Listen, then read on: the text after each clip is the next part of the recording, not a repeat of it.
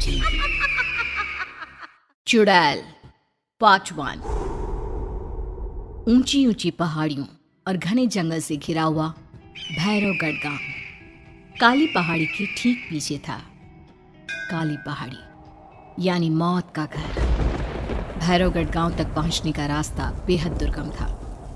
लगभग 24 घंटे घने तूफान और तेज हवाओं की वजह से वहां के वीराने माहौल की कहानियां लोगों के दिलों को दहला देती थी। ऐसे बहुत कम लोग थे जो भैरवगढ़ गांव तक जाने की हिम्मत करते थे। लोगों का कहना था कि इस गांव के आसपास बुरी आत्माओं का साया मंडराता है।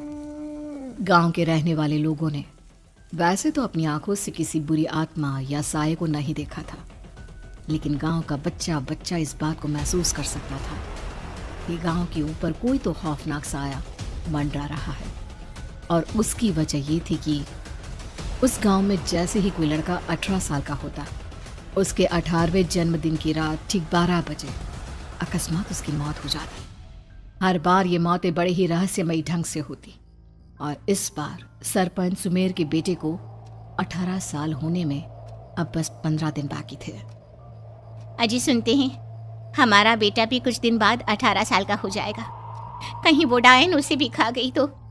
कैसी बातें कर रही हो? जब वो इस गांव में ही नहीं है तो कोई भी डायन या बुरा साया उसका कैसे कुछ बिगाड़ सकता है? उसे कुछ नहीं होगा। हाँ जानती हूँ, आपने उसे पढ़ाई के बहाने इस गांव से बाहर निकाल शहर भेज दिया है, लेकिन ये भी तो सच है ना कि वो बार बार यहाँ आने की जिद करता रहता है। वो चाहे कितनी भी जिद कर ले जानकी, पर मैं उससे इस गांव में कभी वापस नहीं आने दूंगा। मैं नहीं चाहता कि गांव के दूसरे लड़कों की तरह मेरे बेटे की भी अजीबोगरीब ढंग से मौत हो जाए। कभी कभी तो लगता है कि हम सब गांव वालों को हिम्मत करके अपने गांव को इस बुरी आत्मा से छुड़वा लेना चाहिए। लेकिन कौन जानता है आखिर वो खतरनाक साया किसका है? वो काली आत्मा कौन है जो रातों रात हमारे गांव के लड़कों को निगल जाती है? सुमेर और जानकी जब ये सारी बातें कर रहे थे तब रात के लगभग 10 बज चुके थे और हर रात की तरह भैरवगढ़ गांव एक भयानक काले तूफान की आगोश में था।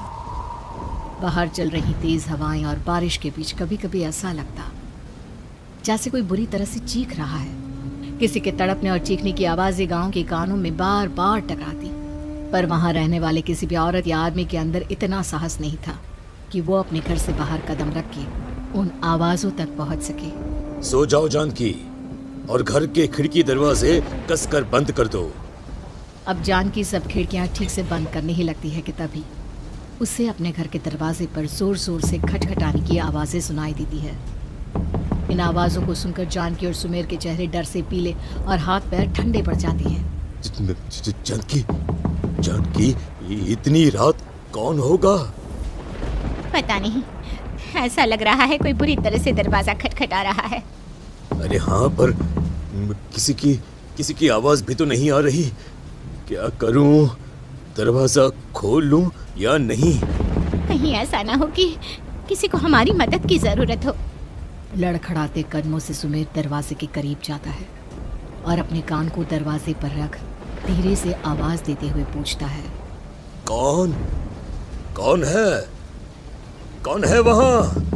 तभी एक बेहद डराने वाली आवाज उसके कानों से टकराती है।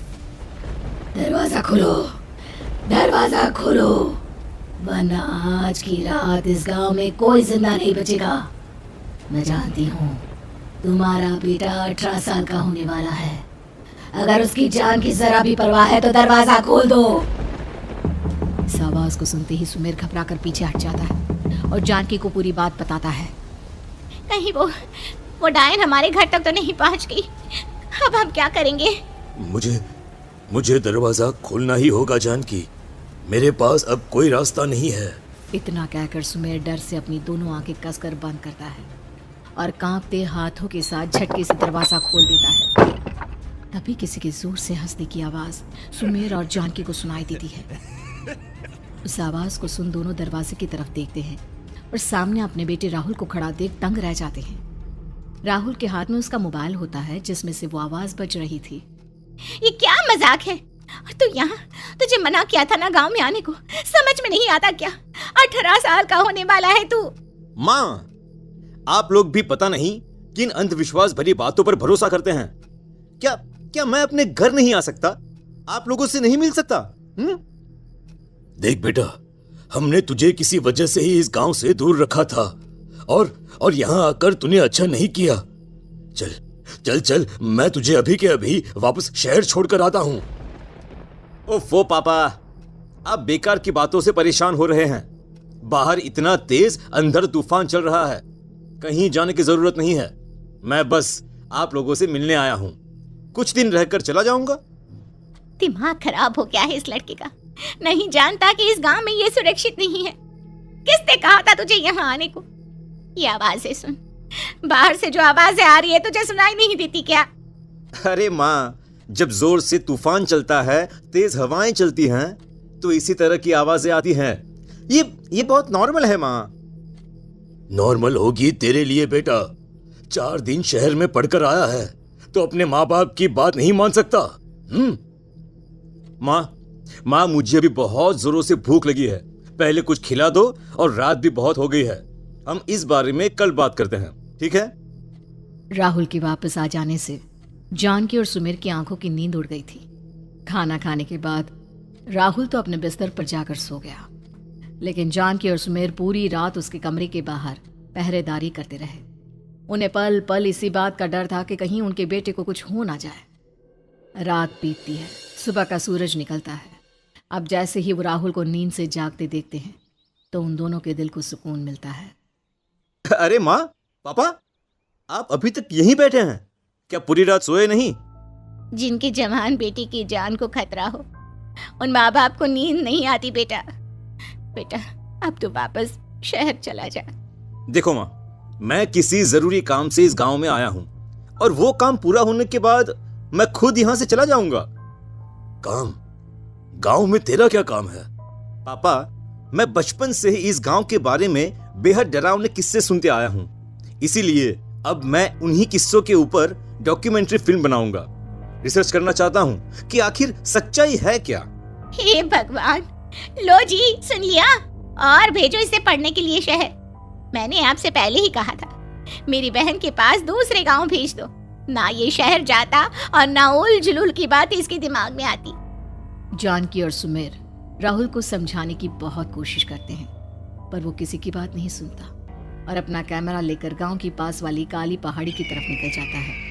अब राहुल जैसे ही काली पहाड़ी पर पहुंचता है, उसकी नजर पहाड़ी के ठीक बीचों बीच बनी एक पुरानी झोपड़ी पर पड़ती है। यहाँ भी कोई रहता है क्या? ये इंटरेस्टिंग होगा। राहुल की आवाज पहाड़ों से टकराकर उसके कानों में सुनाई दे रही थी।